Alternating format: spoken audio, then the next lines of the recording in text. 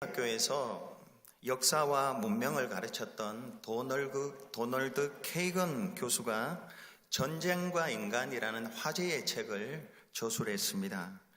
이 책에서 저자는 고대 그리스 도시국가 간의 펠레폰네소스 전쟁, 카르타고와 로마 간의 포에니 전쟁, 현대 1, 2차 세계대전 등을 비교 연구하면서 전쟁 발생 동기를 세 가지로 정리합니다. 첫째는 두려움 때문입니다. 상대가 두렵기 때문에 전쟁을 일으킨다는 것입니다. 이를 심리적 전쟁 동기론이라고 합니다. 둘째는 이익 추구 때문입니다. 자국의 정치적인, 경제적인 이익 때문에 전쟁을 일으킵니다. 이를 실리적 전쟁 동기론이라고 합니다. 셋째는 명예 추구 때문입니다. 2차 대전 때 독일 게르만 민족이 자기들의 우월성을 주장하기 위해서 유대인 600만을 죽였죠.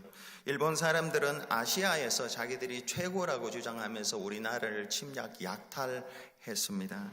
자신들의 명예를 지키고자 약자를 희생시켰습니다. 이를 명분적 전쟁 동기론이라고 합니다.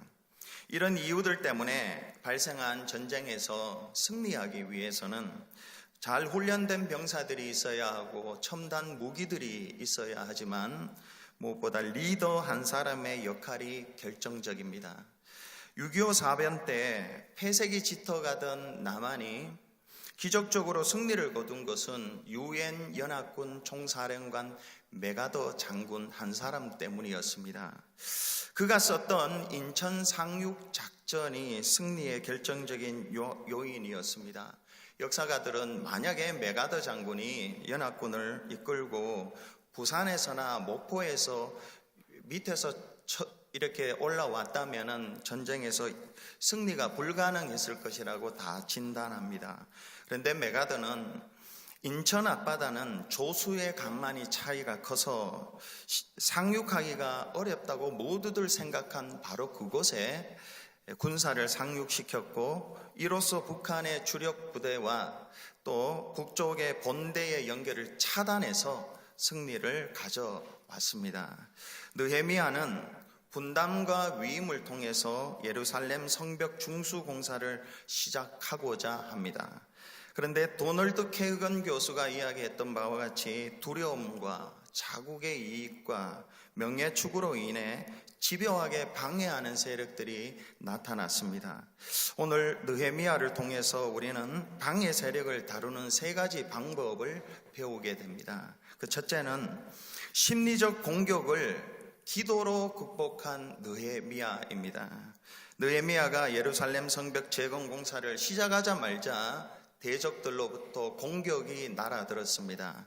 1절에 산발랏이 우리가 성을 건축한다 함을 듣고 크게 분노하여 유다 사람들을 비웃음에, 우리가 여기에서 주목할 것은 원수들의 첫 방해 공작은 언어를 통해서, 말을 통해서 고도의 심리전 형태를 띈다는 것입니다.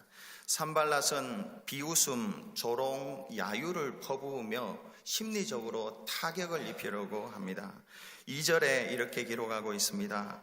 자기 형제들과 사마리아 군대 앞에서 일러 말하되 이 미약한 사람들이 하는 일이 무엇인가? 스스로 견고하게 하려는가? 제사를 드리려는가? 하루의 일을 마치려는가? 불탄 돌을 흙무더기에서 다시 일으키려는가 하고, 산발랏은 무려 5가지로 비웃음을 퍼붓습니다. 먼저 유다인들을 미약하다고 조롱을 합니다. 유다인들은 성벽이 무너진 지 141년이 되었는데도 다시 쌓지 못하고 있기 때문에 스스로 부족하다, 미약하다는 부정적인 자아상을 가지고 살고 있었습니다. 산발랏은 유대인들의 그 마음 깊은 상처를 말로 건드려서 아프게 하고 사기를 저하시키려고 했습니다. 두 번째는 스스로 견고하게 하려는가 합니다. 이것은 너희들보다 훨씬 더 힘이 있고 기술과 자원이 풍부했던 너희 조상들도 이 일을 하지 못했다. 근데 너희처럼 미약한 놈들이 어떻게 스스로 성을 쌓을 수 있겠느냐 조롱하고 있습니다. 셋째는 제사를 드리려는가? 너희들이 기도한다고 문제가 해결되느냐? 예배한다고 어려움이 사라지더냐? 신앙적인 의심을 부채질하고 조롱하고 있습니다. 넷째로는 하루의 일을 마치려는가? 141년 동안 무너져 있던 성벽을 어떻게 하루 만에 할 수 있느냐?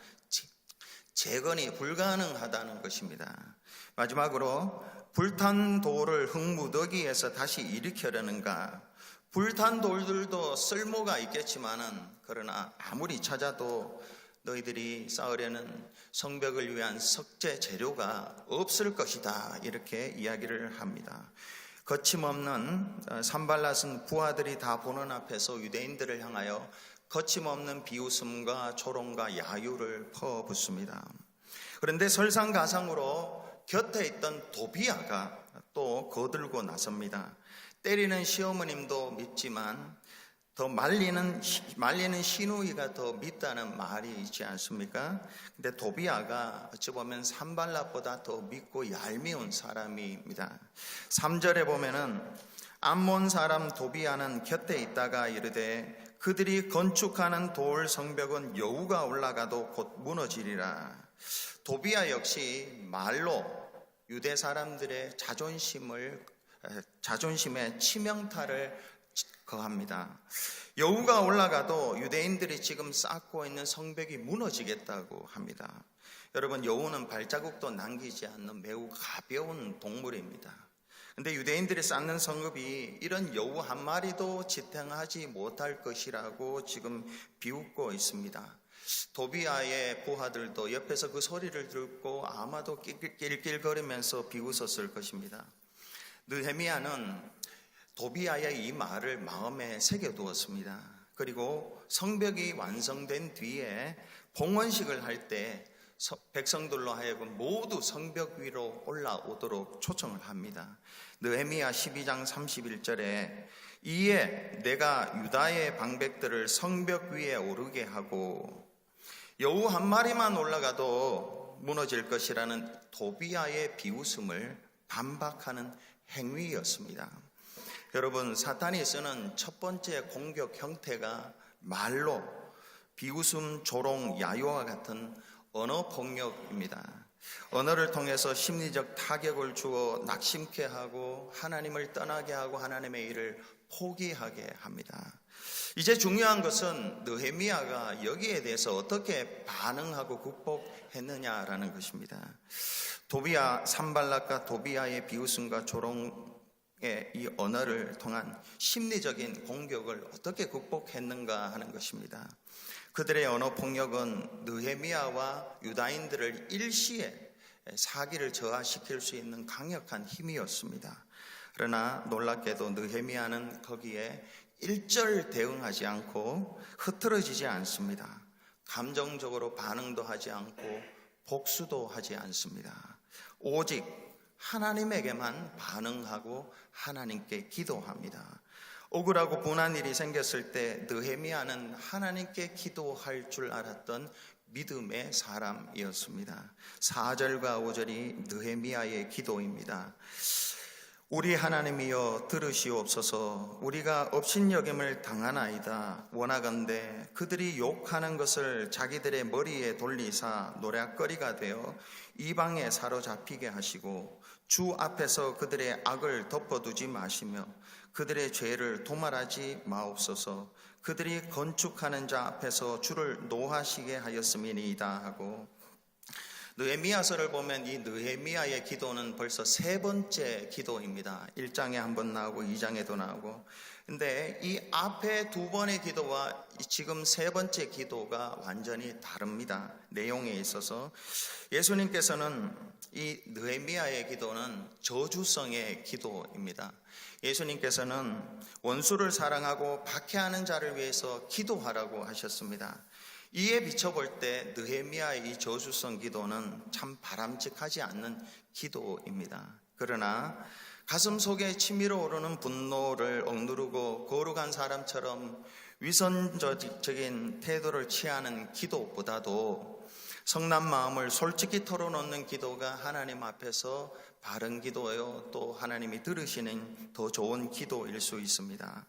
느헤미야는 이스라엘의 자존심을 갈기갈기 찢어놓는 대적들의 비방을 하나님께 가져가서 하나님 앞에 낱낱이 이야기하고 해결해 달라고 기도합니다. 이렇게 기도하는 것이죠. 하나님, 우리가 이렇게 업신여김을 당하고 있습니다. 우리에게 퍼붓는 욕을 그들에게 되돌아가게 해 주십시오. 그들이 노략을 당하여 남의 나라로 끌어가게 해 주십시오. 그들의 죄를 용서하지 마시고 그들의 죄를 못 본 채 하지 말아 주십시오. 그들은 주님을 모욕한 자들입니다. 느헤미야의 분노에 찬 이 절박한 기도 하나님이 들으시고, 이 기도가 있은 뒤에 공사가 빠르게 진행되는 것을 우리가 볼 수 있습니다. 성벽 두루기를 다 마치고 성벽 높이가 절반까지 올라갑니다. 6절에 보면 이에 우리가 성을 건축하여 전부가 연결되고 높이가 절반에 이르렀으니 이는 백성이 마음 들여 이 일을 하였음이라. 하나님께서 느헤미야의 기도를 들으시고 백성들의 마음을 움직여 주셨습니다. 느헤미야는 대적의 언어를 통한 심리적 공격을 기도로 이겨냈습니다. 두 번째로 대적의 군사적 협공을 성도들의 합심 기도를 통해서 이겨낸 느헤미야입니다. 사정없이 언어 폭력을 사용했음에도 성벽 중수가 이 공사가 진행되고 있다는 이 소식은 산발락과 도비야를 매우 격분케 했습니다. 자기들 뜻대로 되지 않았기 때문입니다. 그래서 이번에는 산발락과 도비야는 평소에 친하지 않았던 사람들까지 동원해서 연합하고 무력으로 공사를 중단시키고자 합니다. 그것이 7절과 8절입니다. 산발락과 도비야와 아라비아 사람들과 암몬 사람들과 아스돗 사람들이 예루살렘 성이 중수되어 그 허물어진 틈이 메꾸어져 간다 함을 듣고 심히 분노하여 다 함께 꾀하기를 예루살렘으로 가서 치고 그곳을 요란하게 하자 하기로.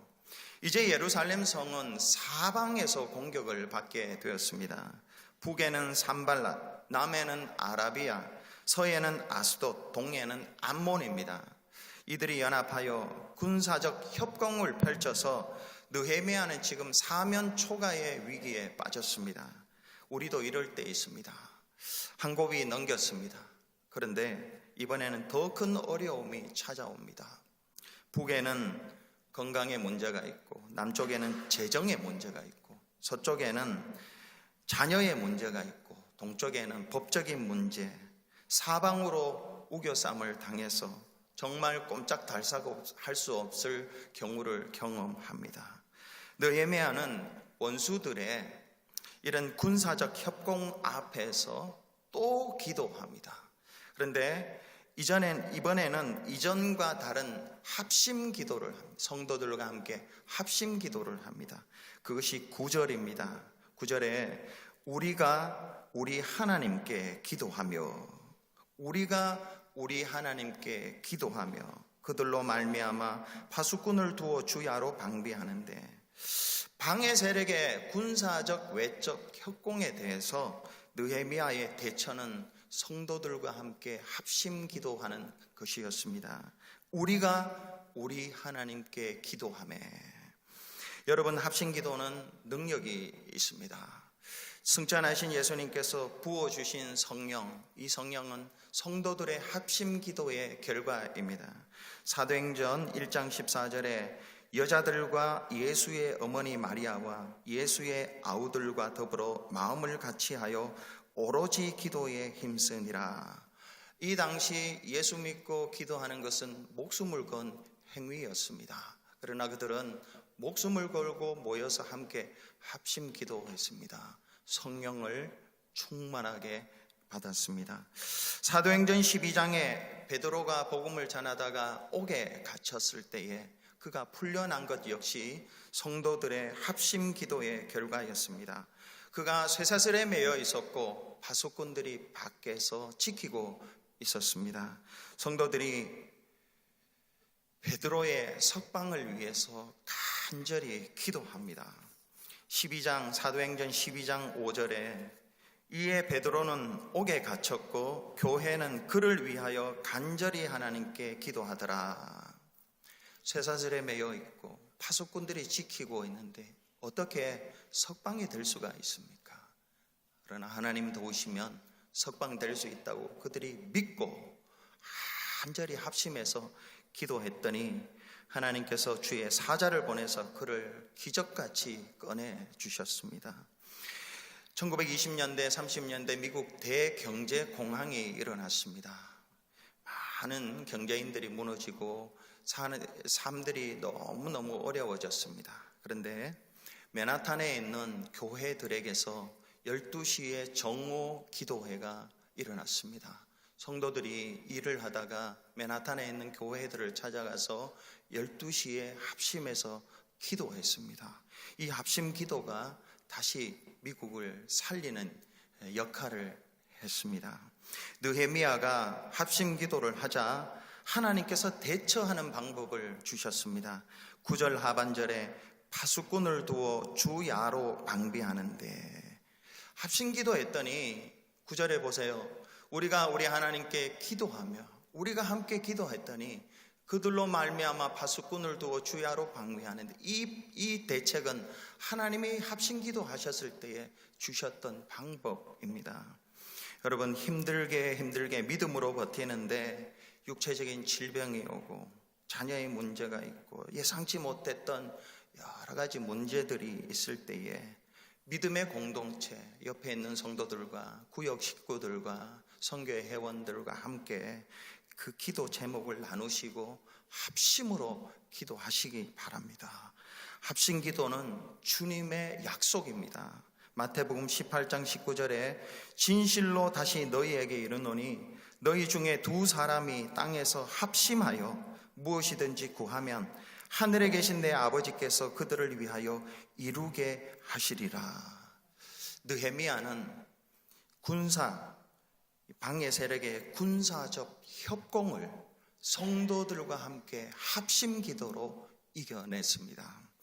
오늘 세 번째 마지막으로 내적인 방해를 가족 공동체를 통해서 이겨냅니다. 여러분, 모든 싸움 중에서 가장 힘든 싸움이 내부의 적입니다. 내적인 방해입니다. 산발락과 도비아는 외부의 방해였고 그 방해를 물리치고 이제 힘을 내려고 하는데 이제 내부에서 문제가 발생합니다. 10절에 유다 사람들은 이르기를 흙무더기가 아직 많거늘 짐을 나르는 자의 힘이 다 빠졌으니 우리가 성을 건축하지 못하리라 합니다. 백성들이 힘이 다 빠져서 피곤해서 이제 성을 건축하지 못하겠다고 합니다.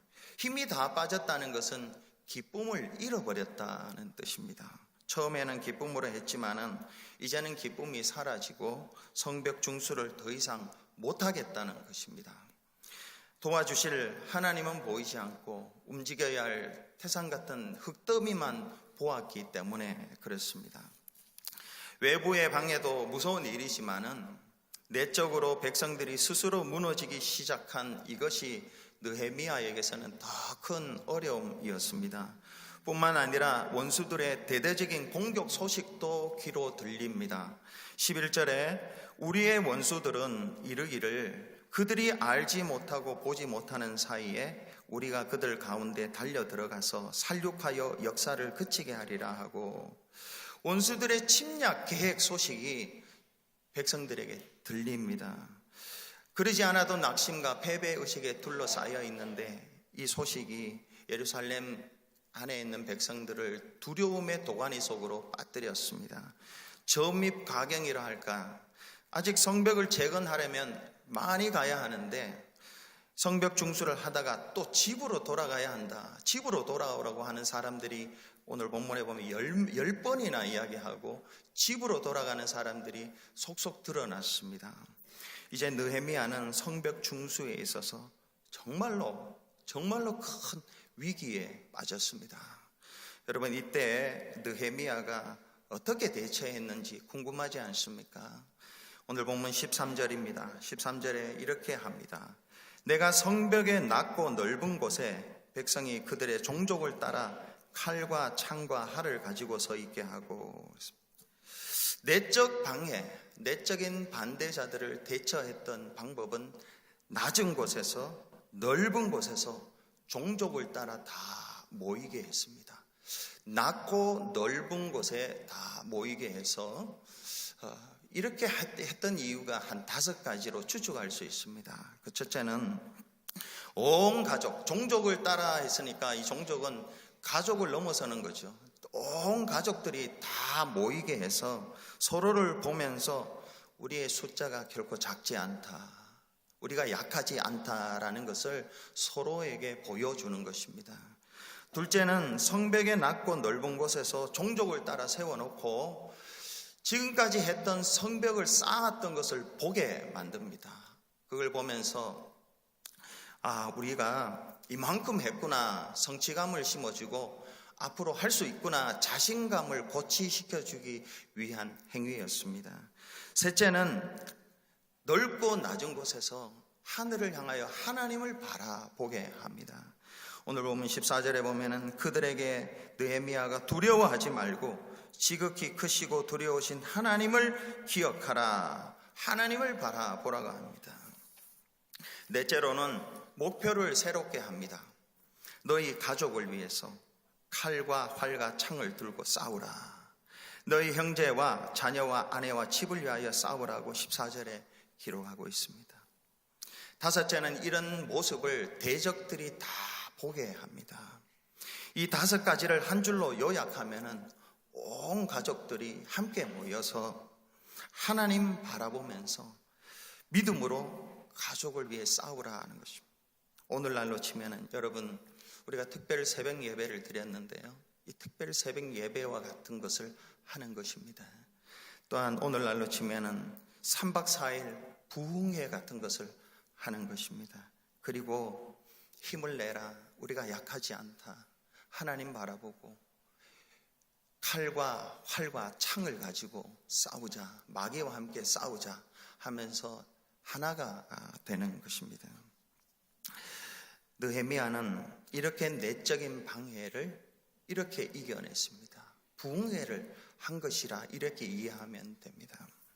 아프리카 어느 지방에 작은 개미들이 모여 살고 있었습니다. 하루는 이 개미들이 떼를 지어 행진하게 되었는데 그 행진 대열의 길이가 12열이나 되었습니다. 모든 짐승들이 이 움직임을 보고 무서워 떨며 그 앞에서 모두 도망가기 시작합니다.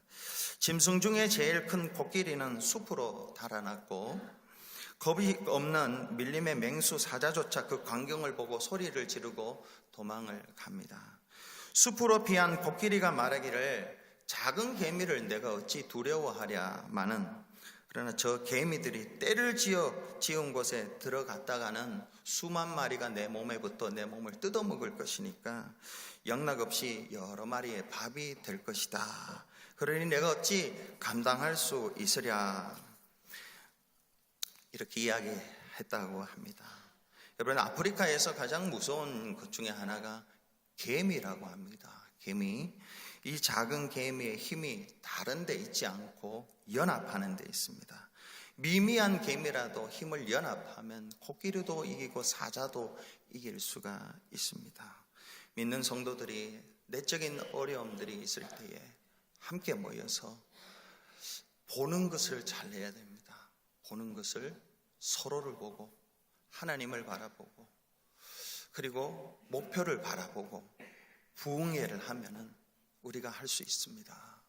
싸워서 내 가족을, 내 친족을, 내 아내를, 내 자녀를 내가 지켜야 됩니다. 우리가 지켜야 됩니다.